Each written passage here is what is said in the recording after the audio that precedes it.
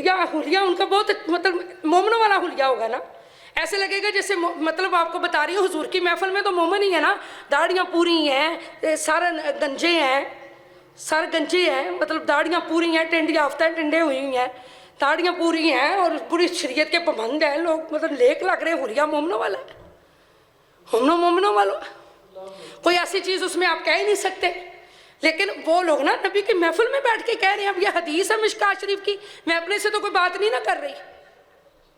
سرکار نے فرمایا تھا, یہ بات اب اللہ کے نبی نے فرمائی ہے, اس حدیث سے کوئی انکار کر دے, بتائے مجھے, کوئی کر نہیں سکتا. آپ نے کہا تھا وہ لوگ قرآن پڑھیں گے, یعنی مسلمانوں کی جماعت ہی ہوگی نا, وہ قرآن پڑھیں گے, لیکن قرآن اتنا میٹھا پڑھیں گے مگر قرآن ان کے حلق سے نیچے نہیں اترے گا. وہ لوگ نماز اتنی پڑھیں گے تمہیں اپنی نمازیں ہیچ لگیں گی, لیکن وہ لوگ میرے دین سے یوں نکل جائیں گے جیسے تیر کمان سے نکل جاتا ہے. ہم بات کرتے ہیں عقیدے کی, عقیدہ کیا ہے؟ عقیدہ ہی مین چیز ہے کہ تم نبی کریم صلی اللہ علیہ وسلم کے بارے میں کیسا عقیدہ رکھتے ہو. ہمارا یہ عقیدہ ہے کہ جو نبی دے اس کو لے لو.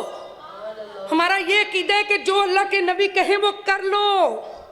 ہمارا یہ عقیدہ ہے کہ میرے نبی صلی اللہ علیہ وآلہ وسلم کی محبت میں, حرمت میں ہماری جان, ہمارا سب کچھ قربان ہے. ہمارا یہ عقیدہ ہے. اللہ ہمارا اور ہمارے نسلوں کا یہی عقیدہ رکھے. آپ سن لیں یہاں پر اللہ تعالیٰ نے کیا فرمایا. اللہ تعالیٰ نے فرمایا بے شک اللہ سخت عذاب دینے والا ہے. یہ سن لیجئے, جس سے تمہیں منع فرمایا سو اس سے رک جاؤ جس سے میرا نبی منع کر رہا ہے, اور اللہ سے ڈرتے رہو. یعنی رسول اللہ کی تقسیم و عطا پر کبھی زبان تن نہ کھولو. نبی جو تقسیم کر رہے ہیں, جو مال غنیمت مل رہے ہیں, اس کو لے لو. منافقوں, ایک منافقوں کیوں ایسا کر رہے ہو؟ بے شک, اور اللہ فرماتا ہے کہ تقسیم و عطا پر کبھی زبان نہ کھولو. اللہ بے شک اللہ سخت عذاب دینے والا ہے. تو بس اللہ تعالیٰ ہم سب پہ رحم فرمائے, اللہ تعالیٰ میں ہدایت عطا فرمائے. اور پھر فرمایا کہ ندار مہاجرین کے لیے بھی جو اپنے گھروں اور اپنے اموال اور جائیدادوں سے باہر نکال دیے گئے ہیں, وہ اللہ کا فضل اور اس کی رضا خوشنودی چاہتے ہیں اور اپنے مال و تن کی قربانی سے اللہ اور اس کے رسول کی مدد کرتے ہیں. یہی لوگ ہی سچے مومن ہیں. کوئی پوچھے نا آپ کا فرقہ کون ہے, آپ کہیں جی مسلمان, لیکن ہم مسلمان ہیں نا. اور اگر کوئی بندہ کہتے جی میں اہل سنت ہوں, تو اہل سنت ہونا تو بہت اچھی بات ہے, اس لیے کہ میرے نبی نے یہی فرمایا تھا میں دو چیزیں چھوڑ کے جا رہا ہوں, ایک قرآن اور ایک میری سنت. کچھ بتا ہے قرآن اور آل رسول, تو ان کو دیکھ لو تو اپنے حلیے ویسے کر لو, اپنے آپ کو ویسا کر لو. حضور کی جو سنت تھی سبحان اللہ. اور حضور تو بہت کریم رحیم ہے. تمام حدیثوں پہ عمل کرنا کہاں آسان ہے. حدیث تو وہ ہوتی ہے جو نبی نے کہی ہے, اور سنت وہ جو حضور نے کیا ہے. سبحان اللہ اللہ اللہ اللہ. لیکن کوشش کرنی ہے کہ ہم جو نبی پاک کے فرمان ہیں وہ سب کے اوپر کوشش کریں کہ چلنے کی کوشش کریں. کوشش تو کریں نا, پھر اللہ توفیق بھی دے دے گا انشاءاللہ. یہ مال ان انصار کے لیے بھی ہے جنہوں نے ان مہاجرین سے پہلے ہی شہر مدینہ اور ایمان کو گھر بنا لیا تھا. یہ لوگ ان سے محبت کرتے ہیں جو ان کی طرف ہجرت کر کے آئے ہیں, اور یہ اپنے سینوں میں اس مال کی نسبت کوئی طلب یا تنگی نہیں پاتے جو ان مہاجرین کو دیا جاتا ہے, اور اپنی جانوں پر انہیں ترجیح دیتے ہیں. سبحان اللہ. مومن ہوتا ہی ایسا ہے, اگرچہ خواہ انہیں شدید حاجت ہی ہو. اور جو شخص اپنے نفس کے بخل سے بچا لیا گیا, بس وہی لوگ ہی بامراد اور کامیاب ہیں. بخیل بندہ, کنجوس بندہ جنت میں نہیں جانے والا. اب لوگ دیکھیں یہاں پہ بڑی پیاری بات بتائی جا رہی ہے. اور ایک مدینے میں ایک اسلامی ریاست وجود میں آ چکی تھی, ٹھیک ہے نا. اب مہاجرین نے جو مہاجرین جو تھے ان کو انصار نے بھائی بنا لیا تھا اپنا, اور سچے دل سے بنا لیا تھا, اور ان کے لیے اپنے گھر, اپنی جائیدادیں, سب کچھ انہوں نے جو ہے وہ حاضر کر دیا تھا, ان کی خدمت میں حاضر کر دیا. یعنی مومن کے لیے بڑا مہربان ہوتا ہے, وہ ایسے نہیں ہوتا. وہ خود قربانی دیتا ہے, خود پانی نہیں پیتا, ایک گلاس ہے کہتا ہے تو پی لے تو پی لے تو پی لے. یعنی اتنا ایک دوسرے کا خیال کرنے والے مومن ہوتے ہیں. مومن جنتی لوگ, نیک لوگوں کی یہ شان ہے کہ دیکھیں مجھے یہاں پر ایک بڑی پیاری بات یاد آ رہی ہے کہ مدینے میں کسی نے, میں نے آپ کو پہلے بھی شاید بتائی تھی کہ ایک بکرے کی سری تھی, وہ ایک صحابی نے دوسرے کے گھر میں بھیجی. تو اتنا اسیار جذبہ اور محبت کا تھا اس زمانے میں کہ ایک دوسرے کا خیال کرنا, قربانی دینا. انہوں نے کہا مجھے نہیں ضرورت, کوئی نہیں, میں ساتھ والے کو بھیجوں, یہ کھا لیں. ہم تو بکرے کی سری صرف صدقے کے لیے رکھتے ہیں, لیکن بکرے کی سری کا سوغات ہے, اچھی چیز ان کو مطلب وہ تھی. انہوں نے وہ ساتھ والے کے گھر بھیجی, ساتھ والے نے ساتھ والے کے گھر بھیجی, ساتھ والے نے ساتھ والے کے, یعنی 7 گھروں میں پھر وہ اسی گھر میں آ گئی جس نے سب سے پہلے دی تھی. یعنی اتنا وہ لوگ ایک دوسرے کا خیال کرتے تھے. اور یہاں کوئی چیز اچھی ہو تو دروازے لگا لو, چھپا لو, کسی کو پتہ نہ چلے, دوسرے کو. مطلب اسلام میں اتنا حکم ہے کہ میرے نبی نے فرمایا جب کھانا بناؤ تو اس میں شوربہ ذرا زیادہ کر لو تاکہ ساتھ والے ہمسائے کو بھی سالن بھیج دو. اتنا ہمارے دین میں ہے، اتنا دل جوئی کسی کی کرے. اگر کوئی بچہ یتیم ہے تو اس کے سامنے اپنے بچے سے زیادہ پیار نہ کرے، یتیم کو اپنا باپ یاد آ جائے گا. یعنی ہمارا مذہب، ہمارا دین، ہمارا قرآن دیکھیں کتنا پیارا انسانیت کا درس دے رہا ہے. سبحان اللہ، کہ سب سے زیادہ انسانیت کا درس ہے. کوئی بیوہ عورت ہے، اس کے سامنے بھی زیادہ اظہار نہ خاوند اپنی بیوی سے کرے تاکہ اس بیوہ کو اپنا سہاگ نہ یاد آ جائے.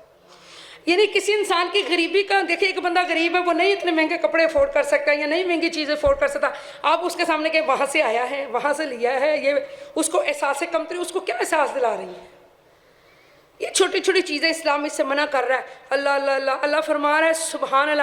اللہ فرماتے ہیں اپنی جانوں پر انہیں ترجیح دیتے ہیں. اللہ اللہ اللہ، اگرچہ خواہ انہیں شدید حاجت ہی ہو، انہیں اگر بہت ضرورت بھی ہو، پھر بھی یہ دوسرے کو دے دیتے ہیں، اپنے دوسرے بھائی کو دے دیتے ہیں، اپنے دوسرے بھائی کا خیال کر دے، خود قربانی دے دیتے ہیں، خود بھوکے رہ کے دوسروں کو کھلا دیتے ہیں. خود عید پہ کپڑے نہیں پہنے، چلو کوئی بات نہیں، میرے کو غریب رشتہ دار ہے اس کو پہنا دیتی ہوں، میرے اپنے پرانے بہت نئے ہی ہیں، میں وہ پہن لوں گی. ایسا کوئی کر سکتا ہے؟ کوئی ایسی قربانی کر سکتا ہے؟ اللہ کی راہ میں جب دینا ہوتا ہے تو بندہ کہتا ہے میں رڑ گیا، میں غریب آتا، دنیا کے باقی سارے کام سے کر لینے ہیں. جب کوئی غریب رشتہ دار کو دینا پڑ جائے تو ہم کہتے ہیں یا اللہ.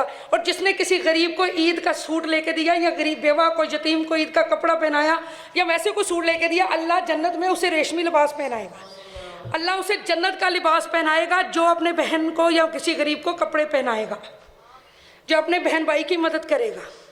تو اس عید پہ کسی کو سوٹ ضرور لے کے دیں، کسی غریب کو خرید کے لے کے دیں تاکہ وہ کتنا خوش ہوگا. کوئی یتیم بچہ ہے، کوئی بیوہ عورت ہے، اس کی ہیلپ کیجیے. سب بولیں اللہ اکبر. اور جو شخص اپنے نفس کے بخل سے، یہ کنجوسی ہے، نفس کی کنجوسی کہ میں کھا لوں، میں لے لوں، میں پہن لوں، کسی کو نہ دوں. اللہ فرماتا ہے جو اس سے بچ گیا نا وہی بہترین اور کامیاب ہے. اور وہ لوگ بھی جو ان مہاجرین اور انصار کے بعد آئے اور عرض کرتے ہیں اے ہمارے رب ہمیں بخش دے، اور ہمارے ان بھائیوں کو بھی جو ایمان لانے میں ہم سے آگے بڑھ گئے. اب یہ اصال ثواب کی آیات ہے. جو لوگ، کوئی بندہ اعتراض کر سکتے ہیں اصال ثواب سے، یہ آیت انڈر لائن کریں، سورۃ الحشر کی آیت. جو لوگ مر جاتے ہیں ان کے ساتھ اگر ہمارا تعلق ختم ہو جائے تو پھر اس آیت کے کیا معنی ہے؟ مرنے والوں سے تعلق نہیں ٹوٹتا میری بہنوں. ہم نے مرنے والے کے لیے دعائیں مانگنی ہیں، بالکل نہیں چھوڑنی. اس لیے کہ اور وہ لوگ بھی جو ان مہاجرین اور انصار کے بعد آئے عرض کرتے ہیں ہمارے رب ہمیں بخش دے، اور ہمارے ان بھائیوں کو بھی، سبحان اللہ، جو ایمان لانے میں ہم سے آگے بڑھ گئے. اور ہمارے دلوں میں ایمان والوں کے لیے کوئی کینہ اور بغض باقی نہ رکھ. مولا ہم مسلمانوں کے دلوں سے کینہ بغض نکال دے، آپس میں ہمیں صحیح مومن بھائی بھائی بنا دے.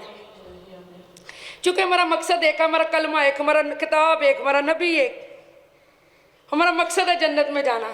ہم اس قرآن کلاس میں اللہ کی رضا کے لیے، ہمارا استاد ایک، ہماری جماعت ایک، سبحان اللہ، مسلمان. تو پھر کیوں نہ ہم آپس میں جتھا بن کے رہیں اور ایک دوسرے کا کیئر کریں اور ایک دوسرے کا خیال کریں. اللہ سبحانہ تعالیٰ فرماتا ہے اے ہمارے رب ہمیں بخش دے. وہ کہتے ہیں اللہ بخش دے، پہلے اپنے لیے دعا. اور ہمارے ان بھائیوں کو بھی جو ایمان لانے میں ہم سے آگے بڑھ گئے، اور ہمارے دلوں میں ایمان والوں کے لیے کوئی کینہ اور بغض باقی نہ رکھے. ایمان والوں کے لیے، سبحان اللہ. اے ہمارے رب بے شک تو بہت شفقت فرمانے والا، بہت رحم فرمانے والا. یعنی ان کے لیے ہمارے دل میں کوئی بغض نہ رکھ. ایتھے لوگ استاداں بارے بغض رکھ کے بیٹھے ہوندے نے. یہاں کہا جا رہا ہے ایک اہم مسلمان کے لیے، وہ مومن کے لیے، مومن میں بغض نہیں ہونا چاہیے. تو چھوڑو یہاں، تو اگر کوئی انسان اپنے استاد کے بارے میں بغض رکھے، یا اپنے ماں باپ کو برا کہے، یا اپنے بڑوں کو برا کہے، یا اپنے پیر و مرشد کے بارے میں کہے، اس کا ایمان ڈگمگائے، تو پھر ایسے لوگوں کا کیا کہنا ہے؟ اللہ ہدایت نصیب فرمائے. اللہ فرما رہا ہے آپس میں ایک دوسرے کے لیے بغض نہ رکھو، کینہ نہ رکھو، پیار کرو، پیار کرو، ایک دوسرے سے محبت کے ساتھ جڑے رہو، ایک دوسرے کے ساتھ پیار کرو، ایک دوسرے کی عزت کرو، ایک دوسرے کا خیال کرو، غصہ نہ کھاؤ، لڑو نہ، کیونکہ تم سب ایک ہی جماعت ہو. سبحان اللہ. گروہ در گروہ جنت میں جاؤ گے. سبحان اللہ. تم ایک ہی گروہ ہو، مسلمان ہو. کون ہو؟